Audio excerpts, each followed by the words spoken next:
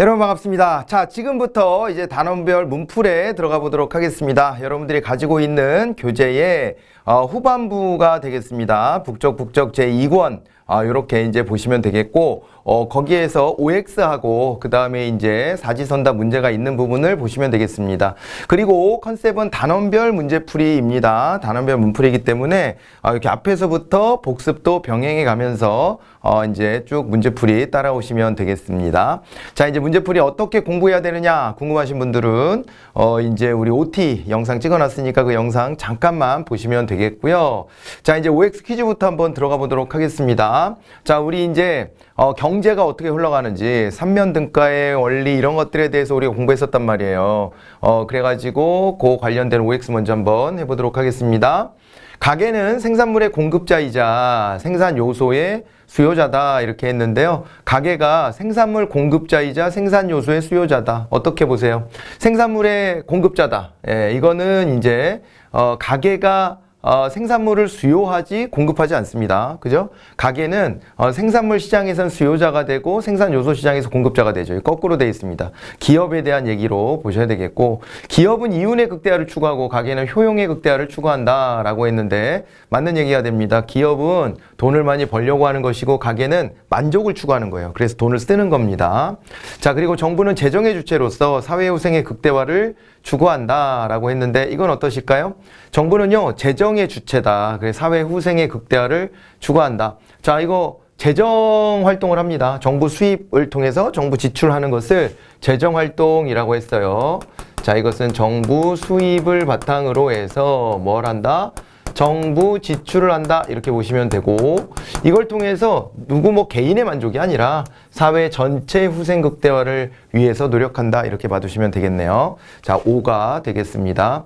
토지 제공에 대한 대가, 지대와 임대료 그랬습니다. 우리 이제 생산 요소 그러면은 뭐가 있어요? 생산 요소다 그랬을 때 토지, 그 다음에 노동, 자본, 경영 뭐 이런 것들을 쭉 열거를 했습니다. 이거에 대한 대가가 있는 거죠. 그걸 이제 분배받는 건데, 토지 제공에 대한 대가는 지대 임대료가 맞습니다. 지대 임대료. 노동 제공에 대한 대가는 임금이죠. 자본 제공에 대한 대가는 이자와 배당금입니다. 이자와 배당금. 그리고 경영 제공에 대한 대가는 이자래. 이윤 잘못 썼습니다. 이윤 이렇게 보시면 되죠. 기업의 이윤 이렇게 갑니다. 그래서 노동 제공에 대한 대가, 임금 여기까지 맞는데 자본 제공에 대한 대가가 이윤이다 라고 해서 이건 X로 보시면 되겠네요. 자, 그 다음 가계는 생산요소 제공에 대한 대가로 소득을 얻습니다. 이걸 가지고 소비를 하고요. 이제 이윤이 아니라 효용을 극대화합니다. 소비를 통해서. 기업은 생산을 위해 생산 요소를 투입합니다. 생산 과정에 투입되는 생산 요소는 토지, 자본 등의 인적 요소와 노동 등 물적 요소다. 아니, 노동은 당연히 인적 요소잖아요. 우리 교재에 이게 인적 요소냐 물적 요소냐 이걸 나누고 있는데 서로 거꾸로 돼 있는 거죠. X가 되겠습니다. 생산물 중에는 재화가 있는데, 생산물 중에서 재화가 있는데 이거는 이제 굿즈죠. 굿즈? 예, 눈에 보이는 물질들입니다. 의복, 식료품, 주택 등 정신적 욕망을 채워주는 행위다라고 했는데 이것도 X죠. 정신적 욕망을 채워주는 건 서비스라고 이렇게 봐야 돼서 뒷부분이 틀렸습니다. 가볍게 빨리빨리 치고 나가셔야 돼요. 용역에는 도소매, 운수, 통신, 공무 등 비물질 생산에 기여하는 행위가 포함이 된다. 물질적이지 않은 것들, 인간의 행위가 결국에는 상품이 되는 그런 영역이라고 보시면 되겠습니다. 기업은 생산을 통해 벌어들인 소득을 가계에 배분하는데 근로자에게 이제 이자, 배당금, 임대료 등의 형태로 배분한다. 그래서 아까 우리가 이자, 배당금, 임대료 이런 얘기들 하긴 했는데 이 근로를 했다라고 하는 것이 나와 있고, 그렇다면 이게 약간 의심하고 봐야 되는 것은 근로자에게는 임금을 줘야 되죠. 임금을 줘야 되고, 그 다음에 기업이 벌어들인 돈을 소득이라는 표현 잘 안 씁니다. 소득은 가계가 벌어들인 것을 소득이라고 해요. 자, 그렇기 때문에 이런 부분들 다 정리를 좀 잘 해 놓아야 하겠습니다. 소득세, 재산세, 법인세 등의 형태로 정부에 납부된 자금 중 일부는 정부 보조금, 수혜금 등의 형태로 가계와 기업에 다시 이전된다라고 했는데, 정부는 이렇게 정부 수입을 걷어서 그걸 자기가 다 먹는 게 아니고 이거를 다시 가계, 기업 등 민간 경제 주체에게 되돌려줍니다. 예, 그렇게 하기 때문에 이건 맞는 얘기로 보시면 돼요. 정부 수입을 통해 정부 지출을 하는데 이런 활동을 앞에서 봤다시피 재정활동이라고 한다. 이렇게 보시면 되겠고, 경제 주체들 간의 상호 유기적인 활동으로 이루어진 각 단계별 총액은 모두 동일하다. 우리 삼면등가 원칙이라고 하는 게 있었습니다. 그래서 이거를 소득 측면으로 보든 아니면 생산 측면으로 보든 아니면은 지출 측면으로 보든 그 액수가 다 동일하다는 거예요. 우리가 생산한 만큼 소득 분배가 이루어지고 소득 분배가 이루어진 만큼 또 지출, 소비 지출을 하는 거예요. 그렇기 때문에 이 세 가지가 다 일치하는 것을 삼면등가 원칙이다. 그렇게 얘기를 했었습니다. 그 다음에 국민경제 순환은 일정한 시간의 흐름 속에서 자, 국민경제 순환은 일정한 시간의 흐름상에서 나타나는 유동적인 경제활동을 의미하므로 스톡이 아니라요, 유량 개념입니다. 유량, 플로우의 개념이에요. 스톡이라고 하는 건요, 딱 이 순간 그대로 멈춰라 하고서 멈춰라 하고 다 이렇게 멈춰 있을 때, 오, 여기에 양이 얼마나 있어? 이런 걸 따지는 거예요. 그 순간적인, 그 지금 저장되어 있는 양을 따지는 겁니다. 스톡은. 그런데 이제 이렇게 경제가 막 순환하잖아요. 돈을 벌어서 뭐 이제 분배를 해주면 그걸로 소비 지출하고 뭐 이런 과정들이 있다면 그건 플로우의 개념이 됩니다. 스톡이 아니라 이제 유량, 플로우의 개념이다. X가 되겠습니다. 금융을 구분할 때 이제 금융으로 좀 넘어가 볼까요? 이 과정에서 자본의 흐름도 있잖아요. 그럴 때 이제 금융의 역할이 매우 중요한데, 금융을 구분할 때 자금을 조달하는 주체별로 기업금융, 소비자금융, 정부의 금융활동 등으로 나눠볼 수 있다. 주체별로 나눈다면 각각이 이제 이 금융에서도 주체로서 참여를 합니다. 우리 금융 주체의 4요소가 뭐냐 이런 걸 공부했었어요. 우리가 이제 경제 주체로서 네 가지는 가계, 기업, 정부에다가 해외, 외국을 포함했단 말이에요. 그런데 금융에 있어서의 4대 주체가 누구냐 그랬을 때 가계, 기업, 정부 그대로 들어가고 그 다음에 금융기관, 금융회사가 포함이 됐었습니다. 자, 이제 그런 걸 떠올려 보시고, 금융활동 주체 가운데 금융회사는 그 자신 최종적인 자금의 수요자 또는 자금 공급자가 아니라 금융회사 중간에서 매개, 중개하는 역할을 한다라고 이렇게 봐야 하겠죠. X가 됐습니다. 기업금융 중 외상 매출 및 외상 매입 등 기업 간의 신용이나 주식의 발행 등은 은행이 중개하는 금융 형태이고, 단기, 장기의 은행 차입, 상호보험의 할인 등은 은행이 중개하지 않는 금융 형태다라고 했는데, 뭔가 좀 그죠? 거꾸로 돼 있다는 그런 이제 느낌을 딱 받을 수 있습니다. 기업들 간에도 혹은 기업과 소비자 간에도 뭐 이제 자기들끼리 어떤 금융을 할 수 있어요. 그런데 이제 은행 같은 데가 껴서 중개를 하게 되면 간접 금융 형태로 이제 바뀌게 되겠죠. 이제 그것을 거꾸로 뒤집어 써놓고 있습니다.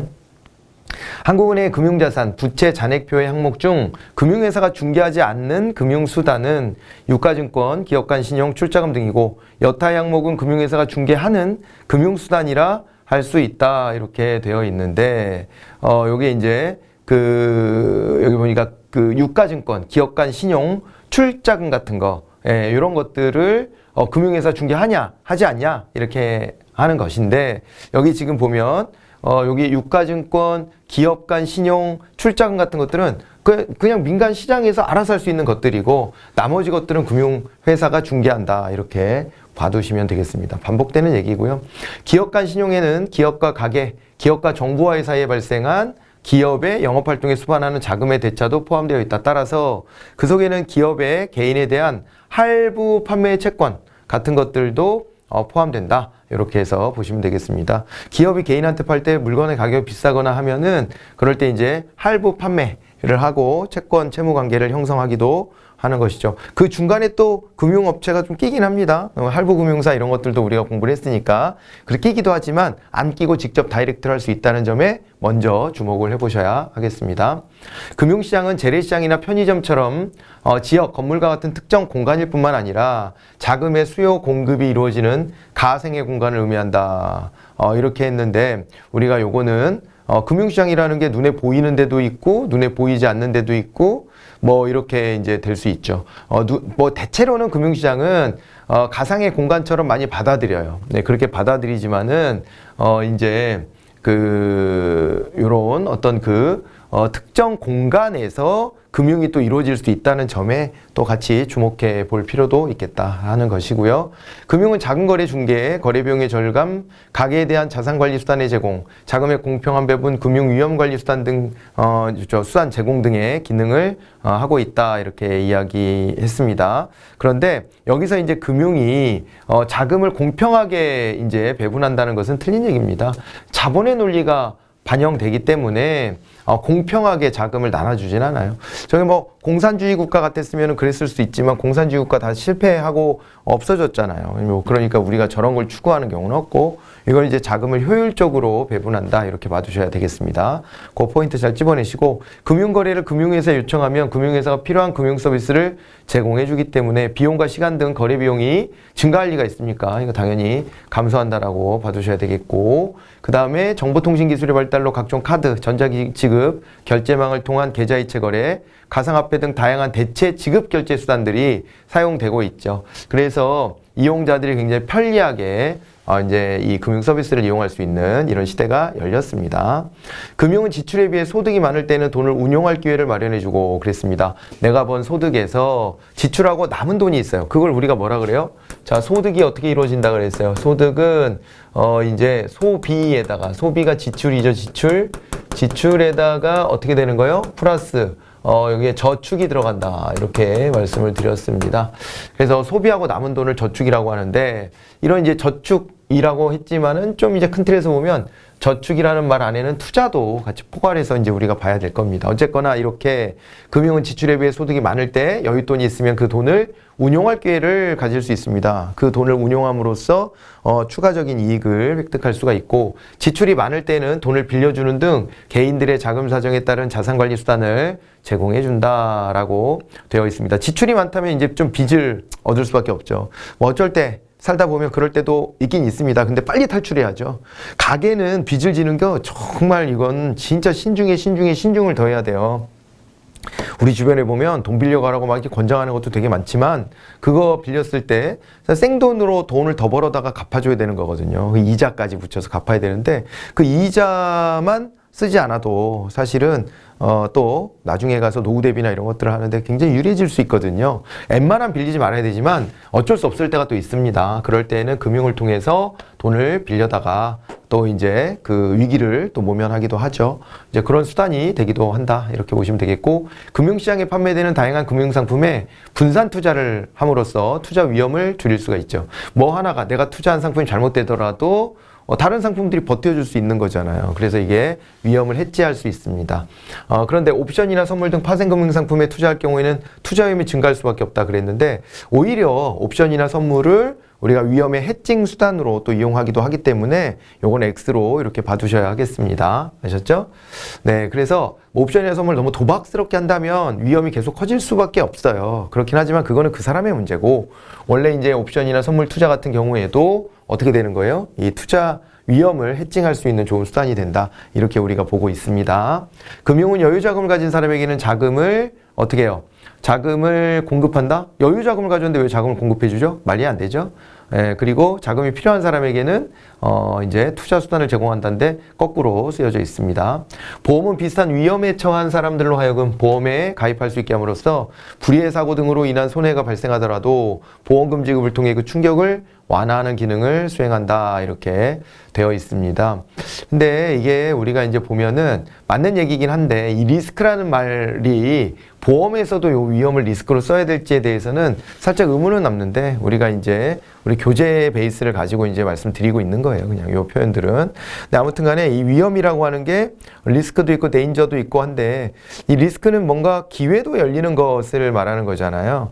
그렇긴 한데 그런 것들은 투자를 얘기할 때 그런 리스크를 많이 얘기하고, 보험은 진짜로 위험이기만 한 것, 그래서 피하고 싶은 것, 근데 누구에게나 올 수도 있는 거, 그러나 올 확률과 안 올 확률이 완전 극단적인 거. 근데 이걸 대수의 법칙으로 따져보면 그럼 통계가 좀 잡히네? 그럼 사람들을 많이 모아서 운용하다 보면 그러면은 이거 위험에도 대비가 되고 보험 회사도 운용되겠구나 이렇게 판단된 것이죠. 이제 그거는 좀 그렇게 그냥 말랑말랑하게 좀 넘어가 주시면 좋을 것 같습니다.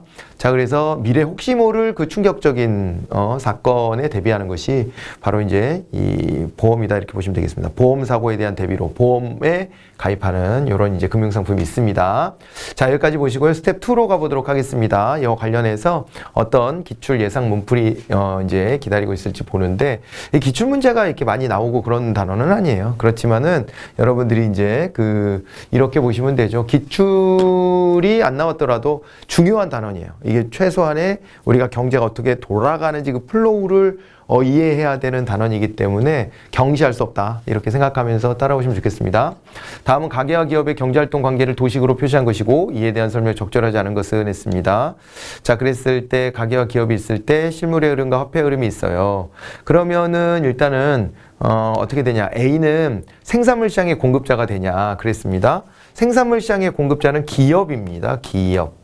그럼 이게 A가 아니라 B구나 이렇게 찾을 수 있죠. 그 다음에 B는 생산 요소 시장에서의 수요자다라고 했는데 그거는 맞습니다. 이 생산 요소 시장의 수요자는 또 기업이에요. 그러니까 기업은 생산물 시장에선 공급자고 생산 요소 시장에선 수요자가 됩니다. 그렇게 됨으로써 어떻게 되냐면은요, 생산 요소 시장의 기업이 이렇게 이제 수요자라는 것을 잘 확인하시면 되고, 노동은 기역에 임금은 니은에 해당한다 그랬는데, 노동 가게로부터 기업으로 가는 거 맞네요, 그죠? 여기에 노동이 간다면 그거에 대한 대가로 임금이 오게 됩니다. 화폐로 오게 되죠. 그래서 맞는 얘기가 됐고, 자본은 기역에 이자 또는 배당금은 니은에 해당된다. 다 이것도 주고받기가 딱 이루어지고 있습니다. 그래서 뭐 어렵지 않게 답 1번 잘 찾으셨을 것이라고 보고요. 자, 그리고 이제 넘어가 봅니다. 그림은 민간 경제 흐름을 나타낸 것입니다. 이에 대한 설명으로 옳은 게 뭐냐 그랬습니다. 자, 생산 요소 시장에서, 자 보세요. 이걸 해석을 하셔야 돼요. 실물이 생산 요소 시장에서 A로부터 B로 갑니다. 생산 요소의 실물이다 그랬을 때는 우리가 토지, 노동, 자본 같은 생산 요소들을 떠올려 보시면 되는 건데, 그것이 가게로부터 가서, 가게, A가 가게가 되겠죠? 가게로부터 가서, 잘 안 보이겠다, 그죠? 빨간색으로 좀 써볼게요. 자, 여기에 생산 요소들을 공급해주는 주체, A는 가게가 됩니다. 가게 이렇게 되고, 그 다음에 이제 B는 어떻게 돼요? 생산 요소를, 실물을 이렇게 수요하잖아요. B가 기업이 되는 것이죠. 그리고 이제 여기에서 그거에 따른 화폐의 대가가 이제 갈 것이고요. 소득 분배가 이루어질 것이고, 그 다음에 또 하나의 시장이 뭐냐? 가게와 기업이 만나는 또 하나의 시장은 바로 가가 생산물 시장이 되는 것이죠. 생산물 시장이 된다. 자, 그렇게 보시면 되겠습니다. 생산물 시장에서 기업이 공급자, 가게가 수요자 이렇게 됩니다. 자, 그럼 가에서 기업은 공급자, 가게는 수요자이다 라고 하는 것은 맞는 얘기가 되겠네요. 이것은 맞는 얘기가 됐고, 임금은 가에서 결정된다 그랬는데, 임금은 생산 요소인 노동에 대한 대가이기 때문에 가가 아니라 생산 요소 시장에서 결정돼 줘야 됩니다. A는 조세를 걷어들여 공공재를 생산한다. 이건 정부 얘기를 하는 거여서 정부에 해당되는 거 지금 요 위에 그림에는 없었습니다. 그죠? A가 아니고, 그 다음에 노동시장에서 공급자가 되는 것은 가게이기 때문에 그것도 B가 아니라 A로 이렇게 가주셔야 되겠습니다. 그럼 맞는 답은 또 1번이 됐네요. 이렇게 찾으시고, 자, 민간 경제 흐름을 또 나타내는데 그림들이 조금씩 달라지고 있습니다. 근데 뭐 크게 다를 건 없어요. 이게 지금 보면 생산물 시장, 생산 요소 시장이 있고, 실물의 흐름을 실선으로 그렸으니까 생산 요소의 실물이 가계로부터 나와서, 자, 가계로부터 이렇게 나와가지고 A가 가계입니다. 그래서 생산 요소 시장에서 쭉 가서 B, 기업에게 들어가는데, 기업이 이거는 리을을 했다는 것은 투자 내지는 고용을 했다 이렇게 표현하면 되고요. 그 다음에 여기에 이제 B로부터 생산물이 만들어져서 재화나 서비스가 A로 가는데, A가 여기서 기역을 했다는 것은 소비 행위를 했다라고 볼 수가 있는 것입니다. 그 다음에 니은은 뭐가 되냐면요, 기업의 수입이 되는 거예요. 기업이 벌어들인 돈을 우리가 수입이라고 부르는 게 정확한 표현이고요. 그 다음에 여기 이제 흘러가서 A로 갔는데, 여기서 이제 소득을 분배받았다 이렇게 보시면 되는 것이죠. 자, 이렇게 해가지고 살펴봤을 때 기억에는 친구에게 선물을 보내기 위해서 택배를 이용하는 것이 포함된다. 여기 생산물에는 어떤 것들이 들어가냐면 생산물에는 재화도 있겠지만은 재화뿐만 아니라 서비스도 들어가잖아요. 서비스도 들어가기 때문에 택배는 서비스죠. 네, 서비스라는 상품을 이용해서 소비를 했구나라고 하는 거, 이거 맞는 얘기로 보시면 좋겠습니다.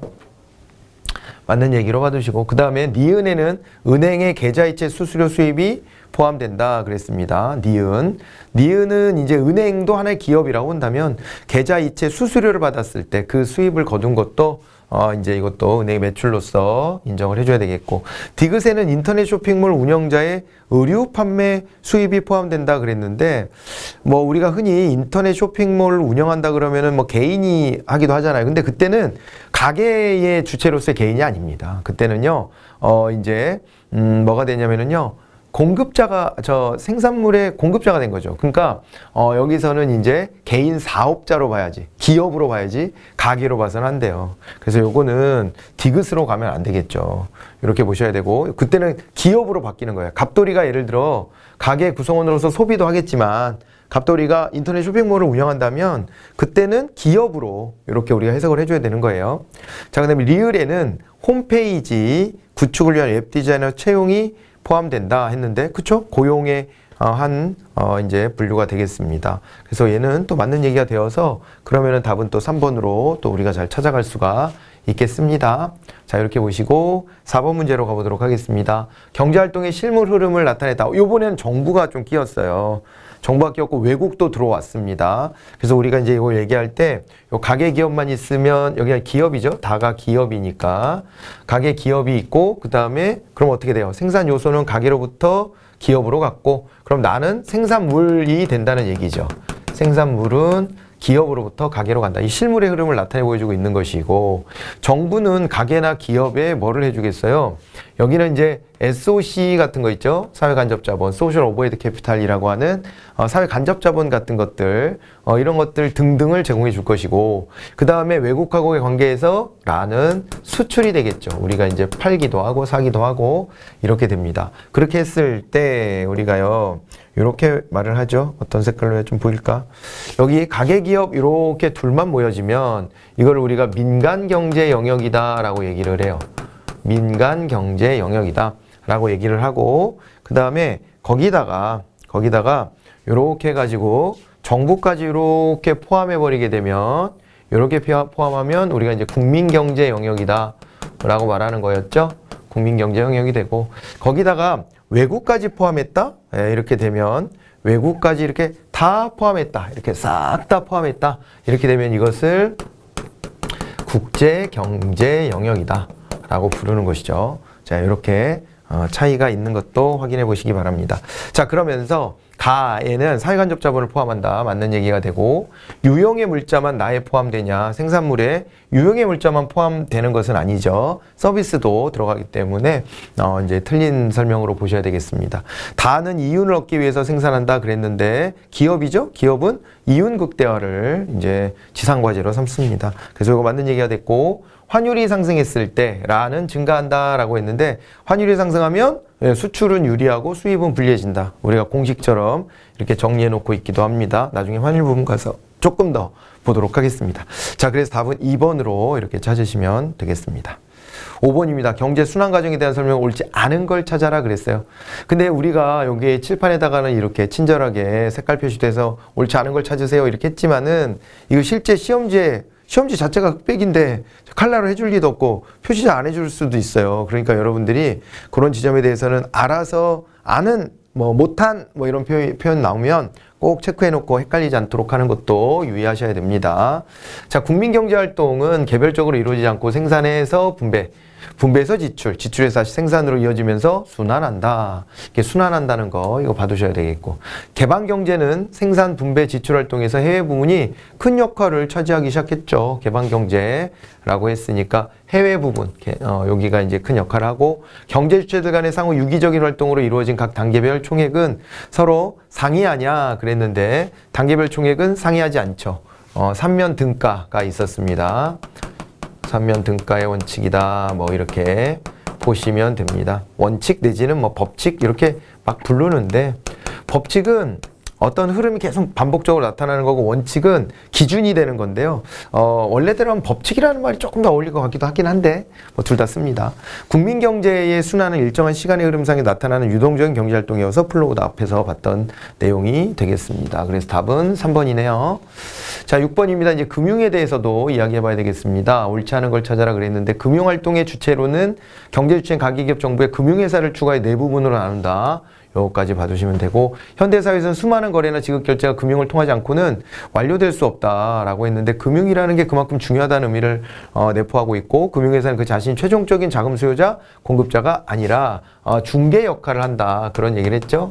중개 역할을 하기 때문에 중개 매개자 역할을 하기 때문에 3번이 틀렸네요. 단기 장기의 은행 차익과 상호보험의 할인 등은 은행이 중개하는 금융에 해당한다 그랬습니다. 그러니까 여기서는 은행에서 차입했다는 게 나왔기 때문에 은행이 당연히 끼고, 상호보험까지만 하면 이거를 은행이 중개 안 할 수도 있거든요. 근데 할인이라고 하는 게 들어갔기 때문에 요거는 또 은행이 꼈구나라는 거, 그런 걸 알 수가 있겠습니다. 자, 그래서 답은 이렇게 3번으로 찾아가시면 되고요. 7번 문제로 갑니다. 보기의 내용에 해당하는 금융의 기능이 뭐냐, 이렇게 묻고 있습니다.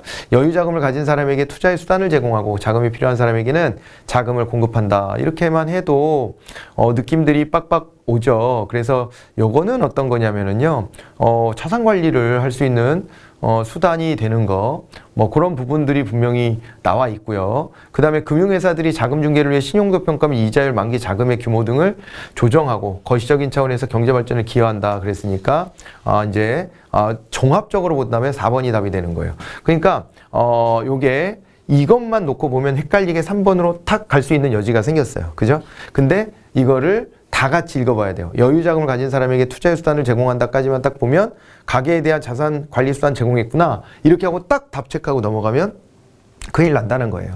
그게 아니라 요게 투자 수단이라는 것만 나온 게 아니라 자금이 필요한 사람에게는 자금을 공급해 준다 그랬으니까 돈이 흘러다니는 모습을 보여주고 있고, 그 다음에 금융회사들이 그 사이에서 자금 중개를 하고 있고, 거시적 차원에서 경제 발전을 기여한다 했으니까 자금이 필요한 곳에서 필요한 곳으로, 그러니까 자금이 남는 곳에서 필요한 곳으로 이전되게끔 왔다 갔다 하게끔 만들어주고 있는 거잖아요. 그렇게 순환을 만들어줬기 때문에 자금이 필요한 적재적소로 할당되도록 하는 효율적 배분 쪽으로 답을 찾아주셔야 돼요. 이렇게 연습을 해두시기 바랍니다. 그래서 문제 풀을 때 가장 안 좋은 게 맨 앞에 있는 거 있잖아요. 그거 좀 읽고 답을 그냥 덥석 찾아버리는 거예요. 그렇게 찾으면 이게 틀릴 확률이 그만큼 높아지게 됩니다. 금융의 기능에 관한 설명을 옳지 않은 것 같았습니다. 금융은 여윳돈이 있는 사람들의 돈을 모아 필요한 사람들에게 이전해주는 자금 중개 기능을 수행한다 그랬고, 그 다음에 금융회사는 금융 서비스를 통해 비용과 시간 등 거래 비용을 획기적으로 줄여주는 그런 것이죠. 민간 차원에서 나랑 거래할 사람을 따로 찾아다니려면 엄청난 시간과 노력과 정보와 투자가 필요합니다. 그런데 이제 그런 부분을 많이 다 줄여주는 것이고, 정보통신 기술의 발달로 더 다양한 지급결제 수단이 등장했는데, 기존의 현금, 어음, 수표 등에 비해서 거래 위험과 불편이 가중되었다라고 했는데, 이게 그럴 리가 있습니까? 지금 현금도 잘 안 쓰고요. 어음, 수표 뭐 당연히 잘 안 씁니다. 이렇게 이제 바뀌고 있어서 답은 당연히 3번이 됐고, 너무 쉽게 찾으실 수 있고, 금융은 지출에 비해 소득이 많을 때는 돈을 운용할 기회가 되고, 지출이 많을 때는 돈을 빌려주는 등 자산관리 수단을 제공해준다. 앞에 똑같은 표현이 있었습니다. 금융경제에 관한 설명을 하자면 옳은 것 했습니다. 금융회사는 가계와 기업 등 경제주체의 금융활동에서 중개 역할을 담당한다. 네. 그렇습니다. 계속 반복되죠. 투자의 기대와 결과가 일치할수록 금융경제상 위험이 높아진다 그랬는데, 아니죠. 위험이라고 하는 건 기대와 결과가 불일치해서 생기는 거거든요. 네, 그런 부분들 생각해 보시고, 금융회사는 그 자신 최종적인 자금 수요자가 아니라고 했고, 은행은 기업 간 신용이나 주식의 발행 등을 중개한다 그랬는데, 기업 간 신용, 주식의 발행 같은 거 주식회사가 해야 될 일이잖아요. 그렇기 때문에 맞는 것은 1번만 맞는 게 되었습니다. 금융과 금융시장에 대한 설명을 가장 옳은 거를 또 찾아봐라 했는데, 기업의 투자는 자금 공급에 영향을 미치는 것이냐, 기업이 투자하면서 자금을 수요하는 것이죠. 자금을 수요해 갑니다. 금융시장에서 자금의 수요가 증가하면 금리는 당연히 상승합니다.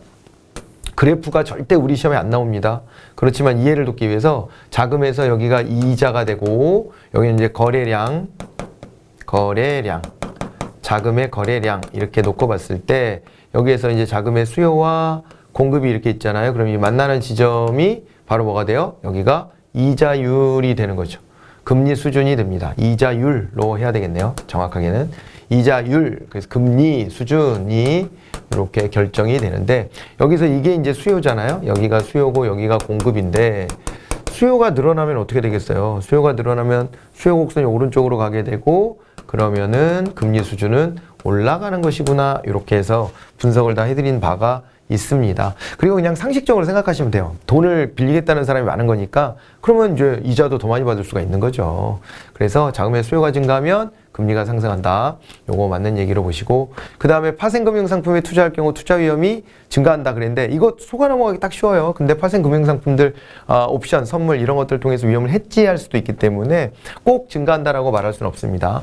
금융은 자금을 공평하게 배분하는 게 아니라 그랬죠. 자금을 효율적으로 배분하는 거지, 이 금융이 공평하게 더 돈이 없는 사람한테 더 많이 가게끔 이렇게 하지는 않습니다. 그런 점을 비춰서 보시면 되겠네요. 답은 2번으로 이렇게 확인하시면 좋겠습니다. 자, 이렇게 해가지고 첫 번째 시간 한번 마무리 해봤습니다. 이렇게 좀 스피디하게 가겠습니다. 여러분들이 이제 공부를 많이 하셨기 때문에, 그걸 전제하기 때문에 스피디하게 가고, 나 공부량 좀 부족한데요, 늦게 시작했는데요 하시는 분들이 있다면 미리 앞에서 제가 OT 때 말씀드렸던 공부 방법 순서대로 다 하고 오셔야 돼요. 예, 그렇게 오셔야 수업 따라갈 수 있고, 이렇게 해야 여러분들한테 도움이 더 됩니다. 지금 제가 주저리 이것저것 이론들 다 설명하고 있으면 공부 많이 하신 분들은 이거 시간이 좀 아깝네, 이거 나 뻔히 아는 걸 또 듣네, 이렇게 하실 수 있어서 이런 컨셉으로 가겠습니다. 네, 그거 말씀드리고 다음 시간에 이어가겠습니다. 수고하셨습니다. 안녕히 계세요.